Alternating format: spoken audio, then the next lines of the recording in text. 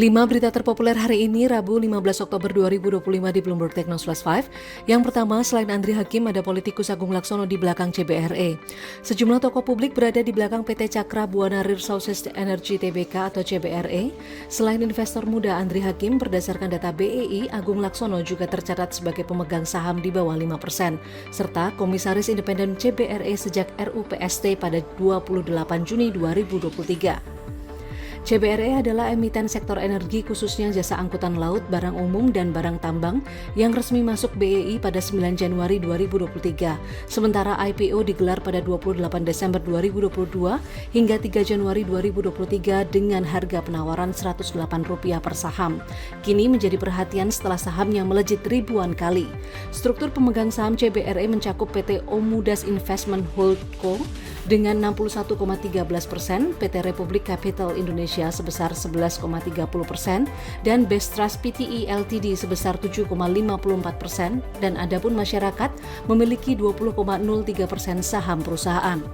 Kedua, aset kripto jatuh kian parah respon keberanian Cina balas Amerika Serikat. Menurut data Bloomberg, kripto terus mengalami penurunan. Bitcoin anjlok 2,9% menjadi $112.500 Amerika Serikat pada Selasa pagi di London, sementara Ether turun lebih dari 5% menjadi $4.000 Amerika Serikat. Penurunan ini terjadi setelah China memberlakukan pembatasan terhadap unit-unit Amerika dari Hanwha Ocean Co., salah satu pembuat kapal terbesar Korea Selatan, sebagai balasan terhadap langkah-langkah Amerika Serikat terhadap sektor pelayaran China. Sebelumnya sekitar $19 miliar Amerika Serikat posisi kripto yang dileverage dilikuidasi dalam aksi jual yang dimulai pada 10 Oktober pasca Presiden Amerika Serikat Donald Trump mengancam China dengan tarif yang lebih keras sebagai respon terhadap kontrol ekspor baru. Investor menarik $756 juta Amerika Serikat dari dana exchange traded atau ETF, Bitcoin dan Ether Amerika Serikat pada hari Senin.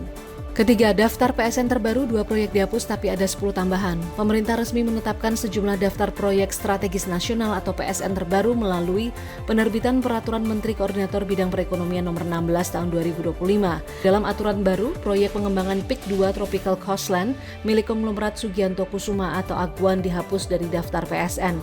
Selain itu, pemerintah juga menghapus proyek kawasan pengembangan pangan dan energi Merauke, Provinsi Papua Selatan. Sementara 2 program yang dihapus ialah program pembangunan instalasi pengolah sampah menjadi energi listrik atau PSEL, serta Presiden tentang percepatan pembangunan instalasi pengolah sampah menjadi energi listrik berbasis teknologi ramah lingkungan. Dalam aturan baru ini, pemerintah tidak hanya menghapus proyek dan program tetapi juga menambahkan 10 proyek serta 10 program tambahan.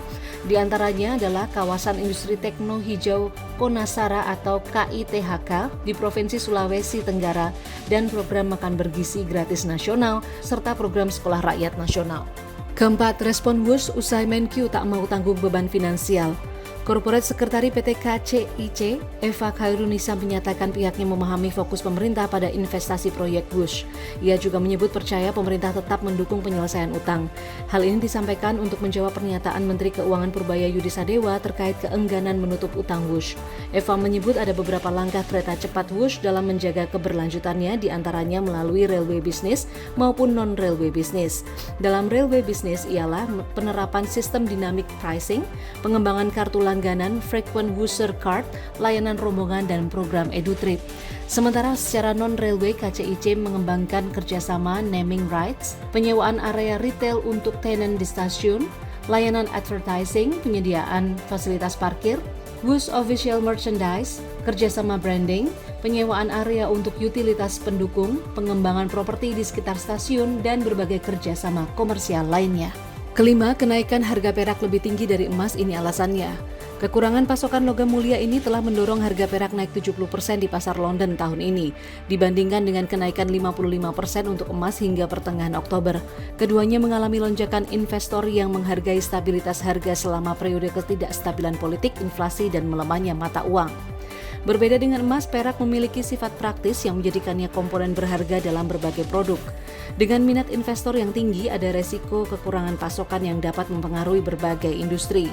China dan India menjadi pembeli utama perak berkat basis industri yang luas, populasi yang besar. Perak digunakan dalam industri seperti panel surya hingga memproduksi koin logam mulia dan produk lainnya. Itu dia 5 berita terpopuler pilihan Bloomberg Technos hari ini. Ikuti terus update selanjutnya di www.bloombergtechnos.com.